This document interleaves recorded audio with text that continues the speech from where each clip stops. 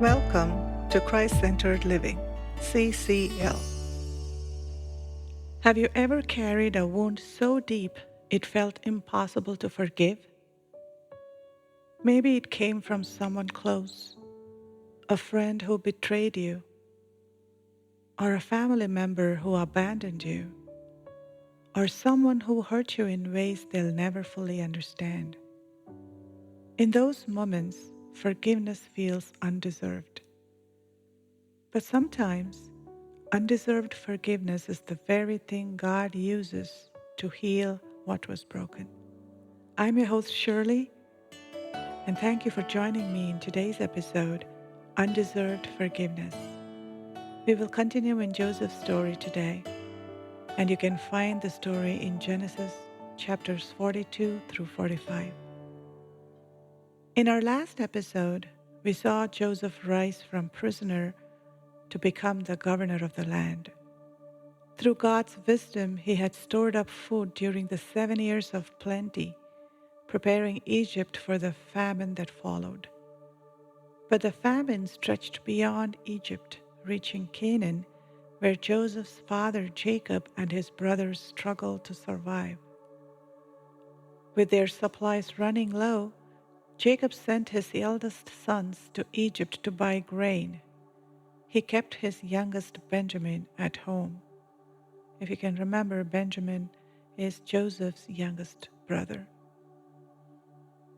When the brothers arrived in Egypt, they bowed before the governor in charge of distributing the grain. They did not recognize him, but Joseph knew them instantly. The dreams he once had, the ones that the brothers mocked, had now come true. Instead of revealing himself, Joseph tested them. He spoke harshly to them and accused them of being spies. They insisted that they were honest men. They were 12 brothers, of which they said one was no more, and the youngest remained at home. Joseph imprisoned them for 3 days. On the third day, he set them free with a condition. One brother would stay behind, while the rest returned to bring their youngest brother as proof of their honesty. The brothers, unaware that Joseph understood their language, spoke of their guilt among themselves. They believed they were finally facing judgment for what they had done to Joseph years ago. Hearing their words, Joseph turned away and he wept. But still, he did not yet reveal himself. He chose Simeon to remain in prison and sent the others home with the grain. When they arrived in Canaan and told their father Jacob what had happened, he was devastated. He refused to send Benjamin, fearing he would lose him as well, just as he had lost Joseph. But as the famine worsened, he had no choice.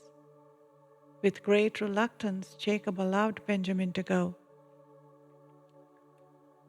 When the brothers returned to Egypt, Joseph invited them to a feast. Then he devised one final test.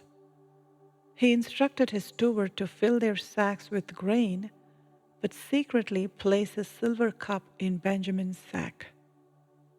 The next morning, as they set off, Joseph's steward pursued them, accusing them of theft.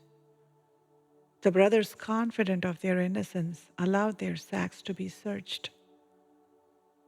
But when the cup was found in Benjamin's sack, their hearts sank. They tore their clothes in grief and returned to Joseph's house, falling at his feet before him.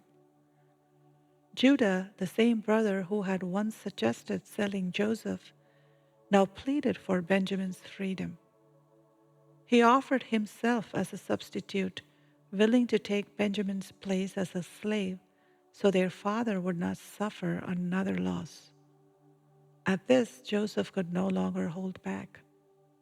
He sent everyone else out and wept so loudly that even the Pharaoh's household heard.